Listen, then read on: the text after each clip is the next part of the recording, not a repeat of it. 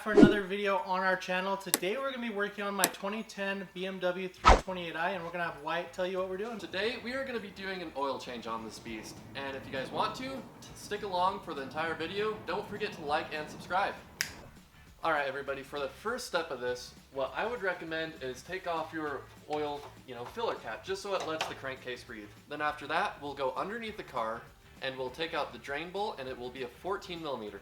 So guys, for today's oil change on the BMW, you need to make sure that you have one filter, and then I picked up this Ultimate Full Synthetic by Quaker State for the BMW. It does have to be 530, and this BMW does take 7 quarts. Most of your BMWs are going to take roughly about the same. After we drain the oil, go ahead and take off this cap in order to get your oil filter. No, God! No, God, please, no! And highly recommend using your designated tool for it. Way to go, Wyatt. Yeah, I know, it happens.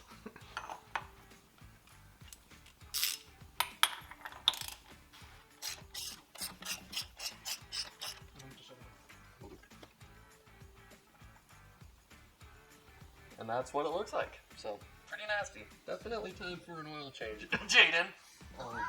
Anyway. Alright everybody, so after you get the old cartridge filter out, go ahead, grab your new one, and grab all of the parts that come with it.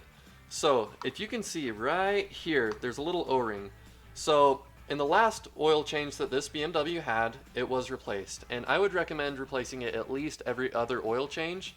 Alright everybody, so in that last clip we were kind of explaining, don't need to replace that every change. Definitely change it. They ended up just giving us the wrong oil filter. So we got the right one, came with all the correct pieces, so we're going to go ahead and swap everything onto it now.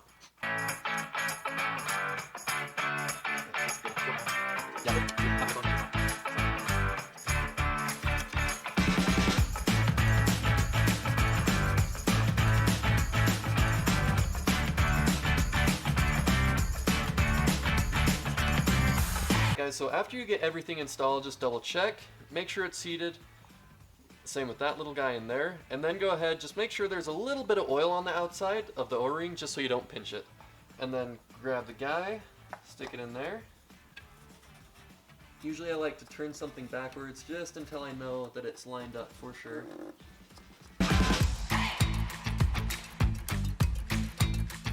And then